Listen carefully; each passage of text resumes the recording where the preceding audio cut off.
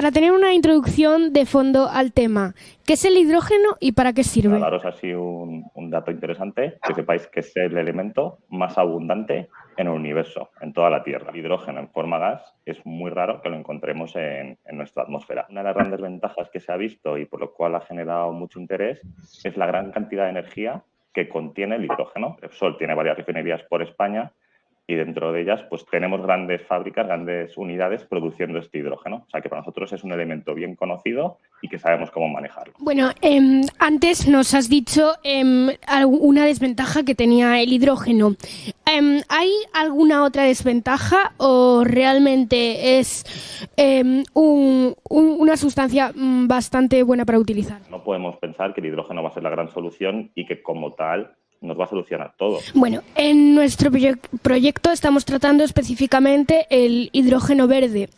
¿Para qué se utiliza y cómo funciona su uso? Al final, cuando hablamos de los colores del hidrógeno, el hidrógeno es hidrógeno.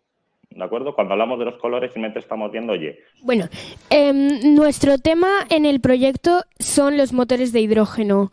¿Cómo se construyen y se utilizan? Que hay que destacar que es una tecnología que igual para el uso en vehículos está menos desarrollada, está en una etapa más temprana. El hidrógeno puede tener varios usos y funciones, pero ¿cuáles son las principales funciones de la pila de hidrógeno y cuáles son los usos más importantes que se le está viendo? Bueno, pues lo introducíamos antes, los motores de los vehículos. Usted ha mencionado que al juntar el hidrógeno con el oxígeno se transforma en agua. Ese agua, en el caso de los vehículos, ¿dónde se almacenaría? Se dejaría caer a la carretera. Al final piensa que es agua, no es contaminante, no supondría ningún problema. Nosotros, en este proyecto, tenemos que realizar un motor de hidrógeno. ¿Qué problemas deberíamos tener en cuenta a la hora de construirlo y utilizarlo? Pero el problema o el reto está en vamos a adaptar las tecnologías que ya tenemos a día de hoy, ¿de acuerdo? Que ya están adaptadas a este nuevo gas que tiene ese comportamiento un poco más complicado. De todas las posibles alternativas... Bueno, hola, soy Gaby y Hola, Gaby. De todas las posibles alternativas al petróleo, ¿qué diferencia a aquel con el de hidrógeno y de qué manera tiene ventajas este recurso alternativo? Pero también tiene una serie de desventajas muy importantes a día de hoy, que son principalmente barreras tecnológicas. Los fondos Next Generation buscan animar a investigar y usar energías renovables como el hidrógeno. ¿Qué opina de esta financiación, de los posibles problemas que pueden surgir a la hora de repartir este dinero? Los fondos Next Generation, como os digo, al final las tecnologías del hidrógeno están en una etapa temprana de desarrollo. Entonces, son tecnologías complicadas, que a día de hoy son muy caras, no son rentables económicamente y en las que entrar no es fácil, ¿de acuerdo? Porque al final es un desembolso de dinero y necesita mucho desarrollo y necesita la colaboración de diferentes entidades, tanto privadas como públicas. Se dice que no hay dinero suficiente para la financiación de proyectos científicos en España. ¿De qué forma son suficientes estos recursos públicos para sus proyectos de investigación? Bueno, es verdad que lo primero que hay que destacar es que el nivel de desarrollo tecnológico en España es importante. Tenemos muy buenos científicos y muy buenos desarrolladores. Hay un gran número de proyectos muy pioneros en muchos ámbitos, ¿de acuerdo? Eso es. Yo creo que Marta, y aún queda mucho para que se eliminen los motores de combustión. ¿Qué retos hay para que todos los motores sean hidrógenos en 2035? La tecnología, por cómo se está desarrollando, va a ir orientada un poco más hacia esas pilas de hidrógeno.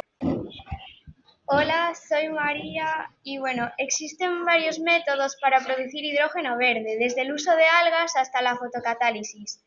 ¿Cuál cree que tiene más potencial y por qué?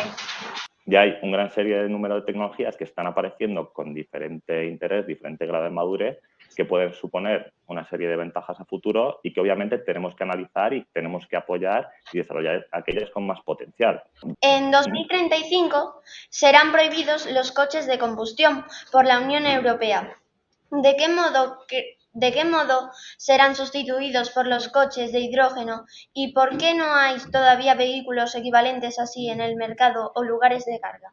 Por aclarar, simplemente te comentaré, en 2035 lo que se finalizará será la producción de vehículos de combustión, ¿vale? Lo que quiere decir es que si tú en 2034 te has comprado un coche de combustible, no te preocupes, vas a poder seguir utilizándolo porque hasta 2050 hay que darle servicio, ¿vale?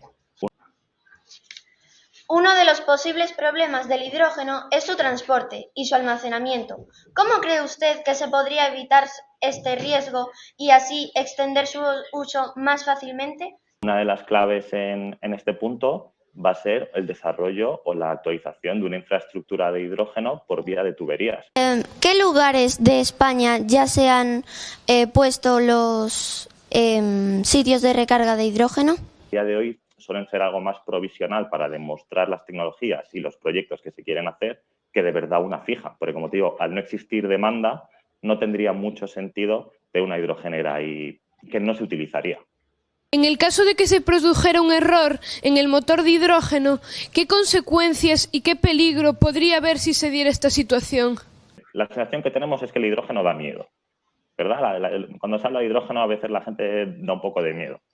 Es verdad que tiene una serie de inconvenientes desde el punto de vista de la seguridad. El hidrógeno tiene una mala fama de la seguridad que a día de hoy todavía no se ha ganado. Es decir, todavía no ha habido de verdad un problema serio. Naturgy está instalando cargadores de hidrógeno en Galicia. ¿Qué intenciones tiene en Galicia y qué importancia tiene esto para el futuro de los motores de hidrógeno? Galicia es un foco importante para Repsol. De hecho, tenemos ahí una refinería nuestra en Coruña, no sé si la tenéis localizada. Entonces, para nosotros es un punto clave de España. Usted realiza experimentos relacionados con el motor de hidrógeno. ¿Qué problemas encuentran ustedes en estos experimentos para que el motor de hidrógeno no sea viable? Nosotros a día de hoy no estamos desarrollando experimentos directamente con motores de hidrógeno, ¿de acuerdo? No es una línea que tengamos de desarrollo actualmente en tecnología. ¿De qué modo se conseguirá en el futuro que la producción de energía a base de hidrógeno podrá cubrir todas las necesidades de las personas como lo hacen las energías contaminantes? Lo que nos va a permitir es utilizar esos mismos electrones 100% renovables para transformarlos y transportarlos. En Santiago de Compostela, que es donde estamos aquí ahora mismo, sería imposible tener un motor de hidrógeno, ya que, por así decirlo, la fuente para rellenar el motor de hidrógeno estaría bastante lejos. ¿Cómo ayudaría usted a expandir los motores de hidrógeno y la idea de rellenarlos, por así decirlo? Apostamos porque esta tecnología se desarrolle y para ello tenemos que desarrollar la infraestructura, poner en marcha lo que dices tú, que es una hidrogenera. ¿Qué es una hidrogenera? Pues no deja de ser una estación de servicio habitual en la que vais habitualmente ahora a echar gasolina, pero en la que se ha incluido una producción y una distribución de hidrógeno. Por último, ¿cuáles son los principales retos para conseguir que el futuro del hidrógeno tenga muchos más usos y más aplicaciones? Y que seamos lo más abiertos posibles, que veamos todo lo bueno que tiene el hidrógeno, pero también todos los retos que tiene por delante, un abanico de tecnologías que nos pueden permitir alcanzar esas emisiones cero y en donde el hidrógeno, pues efectivamente va a tener un peso importante.